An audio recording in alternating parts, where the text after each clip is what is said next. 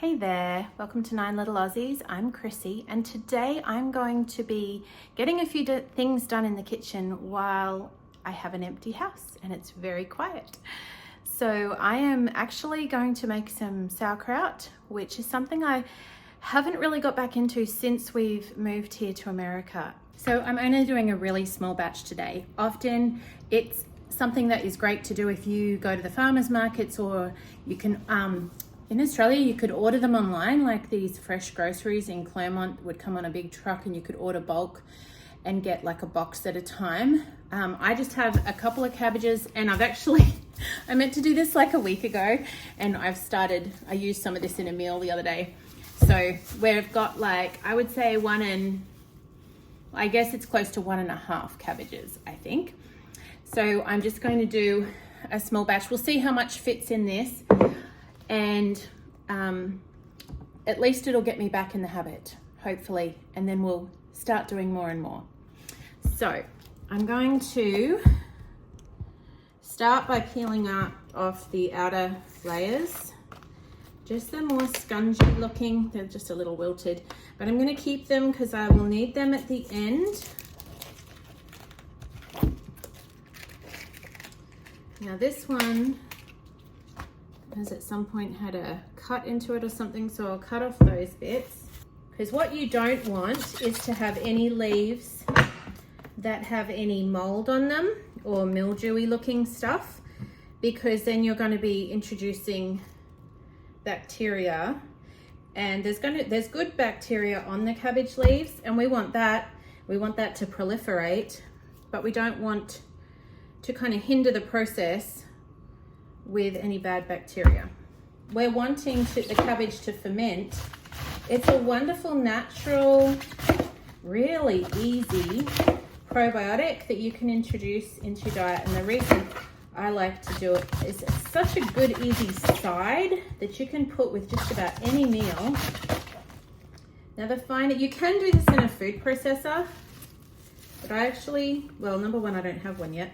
But even back in Australia where I did have one, I used to prefer to do it by hand, because I don't really want it too fine where it goes mushy when it starts to ferment. I'd rather it does need to be fine. I'm going to try and do it fine-ish, but not super fine, if that makes sense. So I first learned how to make sauerkraut years ago. My beautiful friend Jacinta came over one day to my kitchen, my little kitchen there in Diddillaba, and we cut up loads of cabbages while the kids played, and she taught me, and we made my first batch. And I think I did 3 or 4 jars in that first batch, bigger jars. And I had 1 jar go skanky, which it just got oxygen in it. So I had 1 jar I had to throw out, but the other 2 worked. So really all that is involved is cutting this cabbage up. I'm going to put it in the bowl purely for the purpose of having a vessel that's easier to mix the salt. And I want about 1 tablespoon of salt per head of cabbage. So like I said, this is probably 1.5 cabbages, so 1.5 tablespoons. So I do think there's something very special about just having a friend or a grandma or a mother or whoever come alongside you in your kitchen and just teach you these things. But there are plenty of times where I haven't had that, and I know not everyone has that. I certainly have had to learn a lot of things just figuring it out myself, but I thought I will do this today with you guys, and if anyone is interested, maybe it'll help someone who wants to try sauerkraut, because it really is the simplest thing and it's delicious. Now I'm going to avoid this. I'm going to cut that core out, because it's really hard and I don't really want that in there. Kind of just going to go around it. So I'll leave that out. The chooks can have that.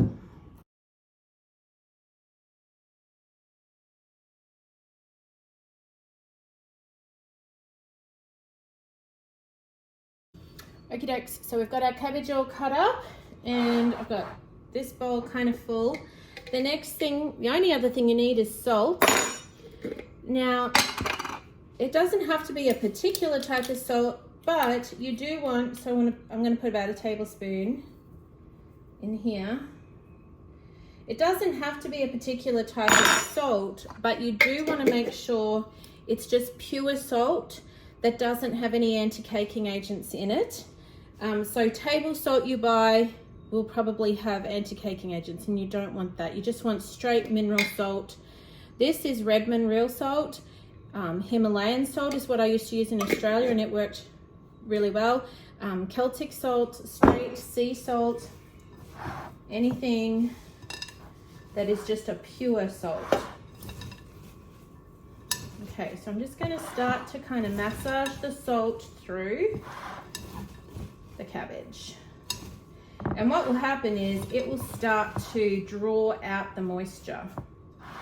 This is a self-brining vegetable. Not all veggies are self-brining. Some, like carrots or pickles, you have to make a brine and pour over it. But this one is, you pop the salt on. That's what makes it so easy.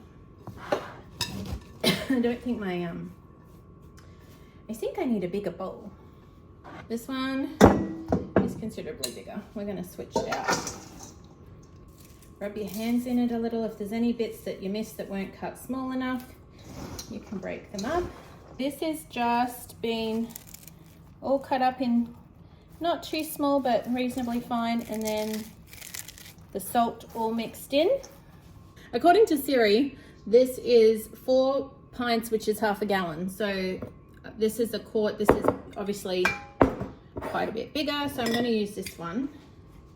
And I'm just going to start packing it in, kind of put it over the edge of the bowl because there isn't really a super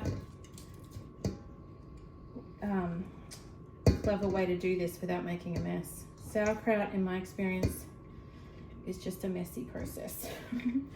So I'm going to put about half in, and then I'm going to pack that down. So I'm going to. Now you can buy these really cool wooden things that pack it down. They kind of got a round, widened knob. I've never had one of those, and I just use a wooden spoon, and it works just fine. You can also just do this if you can get your hand in there, which I can in this half gallon. You can also just shove it down with your knuckle, because you're wanting to press it down, and what is going to happen is the brine that will develop will come up the jar and eventually cover all of the cabbage.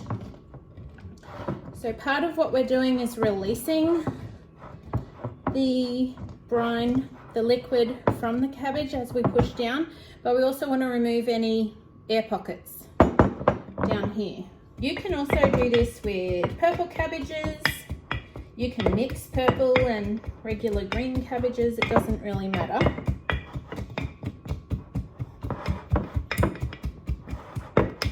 And if you mix the purple and the green, you get this really cool kind of pink sauerkraut. So I've kind of packed that down, and now I'm going to keep going. Add more in there. But you don't have to like belt the daylights out of it. You're just pushing it down.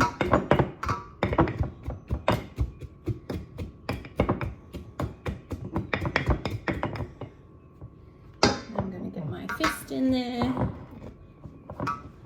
and I'll show you. Push it down a little bit.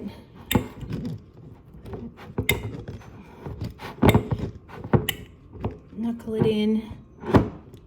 And you can, I don't know if you can see on the camera, but it is starting to get a liquid. We've got this half gallon jar almost filled, but I need it right to the top. You do not want any air pockets at the top. So I'm doing this other cabbage, and I'm gonna add salt to this one. Now it wasn't a full cabbage worth, so I'm gonna do a bit less. And I mean, it's not an exact, you can, there, look, some people do this with as an exact science. I'm not one of them. But there are definitely, you know, recipes or whatever out there where you can weigh everything. I'm just not that way inclined. I'm kind of more of a, see how you go, feel your way, observe what's going on, and adjust. But that's okay, everyone's different. There's nothing wrong with the other way. I just like to do it this way. So approximating my salt there, and you will know too, as it ferments, one way to tell whether it's done or not, which is going to be a temperature dependent on how long it takes, is if you open a jar and take some out and it's super salty, then it needs to ferment longer. I love how a lot of these old skills are so tactile. Like, they're all about what you can feel, what you can see, what you can smell. The sourdough, you know, you have to feel the loaf. And this, I can feel the moisture coming out as I massage it. Sauerkraut, obviously, why would you want to do it? Well, it gives you a really easy, affordable, I mean, a head of cabbage, let me see, this cabbage, whoops, I think was 69 cents a pound. Maybe that was a pound, not a cabbage. But it still ended up being, like, they weren't huge cabbages. It's very affordable, and a tablespoon of salt. And with a little bit of time, I can turn that into a incredibly beneficial natural probiotic that we can eat with every meal, well, almost every meal. It goes with a lot of things, and just give our gut that boost. You know, I have gone down the route before of paying a lot of money for probiotics, and I am not saying that is a bad idea or that they don't work. I do think they work. Well, put it this way, I think some of them work. I think there are good ones and bad ones. And it can definitely, especially if you're in an acute situation and you just need like some intense gut support, that can definitely be beneficial. I'm not saying it isn't, absolutely. But it also can be out of reach financially for a lot of people. Those things, especially the good ones, they are expensive. I love that I can learn some of these fermenting skills, whether it's the sourdough, sauerkraut, the kombucha, all these little things that we can add to our diet, yogurt, kefir. Eventually want to get that happening again. Add to our diet to support our gut health and just increase our own immunity. So the ideal temperature when we get this set for sauerkraut to sit at room temperature is around 60 to 70 degrees Fahrenheit, which is kind of around 15 to 21 or 22 degrees, which if you are in Queensland, that is like cold. That's kind of winter temperatures in Queensland, but I still did sauerkraut year round in Queensland, and we did not have central air. Like, our house got really hot at times, but you put it in the coolest, darkest spot that you can find. And at the time when I first learned this, I did not have a big kitchen or a big pantry, and I found a spot at the back of my pantry, right down the bottom shelf, and put it there. I mean, probably not ideal, but it did work. I think it's going to be easier here because we have central air here, and even though we don't run it all the time, this house isn't going to get as hot as our Queensland house got. So hopefully that'll be easier. It still works either way. You just have to watch it, and it will ferment faster in a higher heat. You can see how that the liquid is coming right up. I haven't added any liquid. That's just the salt drawing out the moisture from the cabbage. A little bit of headspace here in the top of the jar, because that brine is going to continue to rise over the next 24 hours or so. So I'm going to put one of these cabbage leaves in. Now you want to weigh it down. So I'm just getting one of these old leaves. I'm going to fold it in on itself to make kind of a lid with the cleanest part of the cabbage leaf down. And again, I'm not using one that's, well, we're not going to eat this, but I'm not using one that has mold on. And I'm just going to pack it in there to seal it off, because I don't want any part, and to force that cabbage down, because I don't want any part of that cabbage to come in contact with oxygen. Now you can buy these really cool little fermenting lids that allow gas to escape. You can also buy really cool little weights to weigh it down. They're on my list, but I haven't got those yet. So I am just going to do what I have always done, which is to use what I have around me. Now, one thing I was just thinking, I think this will work, is I'm going to use this knob. I'm going to cut off this yucky bit, but that is still quite solid. And I'm going to use it in the top of this to push down. And you can see that the liquid, I don't know if you can see, but the liquid is coming above the leaf. And it doesn't matter that this is poking out, because we're not going to eat that. But its whole purpose is to keep the good part of the cabbage that we do want to eat down under the surface of the brine. So I'm going to pop a lid on that, and then we'll do the other one. I'm still trying to figure out all these American sizes, but I'm pretty sure that's a pint. So someone tell me if I'm wrong, but I'm pretty sure it is. So we're going to use this anyway. It's little, that's the point. The point is it's little.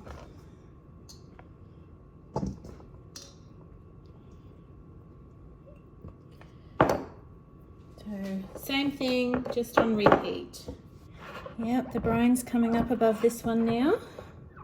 I have used lots of different things back in Australia to weigh down the cabbage leaf at the top. There's a little eyeglass here, I could use that. I have used shot glasses. I have used the thing is, you want it to be probably glass or plastic or wood with enough weight in it to weigh something down or be pushed down by the lid. And wood will absorb a lot of liquid, so just depending on what you're thinking of using, that may or may not be a good idea. But I definitely have used shot glasses. I definitely would use something like this little glass eyeglass thing, except I'm not going to use this because I need it too often with my kids getting things in their eyes, up climbing trees or shoveling or whatever. So I need that, but like this, get my, oh, come back here. And I actually think I'm going to press down, and it's actually going to come out. There's so much liquid in there now. I'm going to push that down. I haven't actually used the core of a cabbage before. I was just thinking, oh, that'll probably work. So we'll see how that goes. Now this is going to overfill, and this is going to overfill as the brine continues to do its thing. So we will need to burp these jars over the next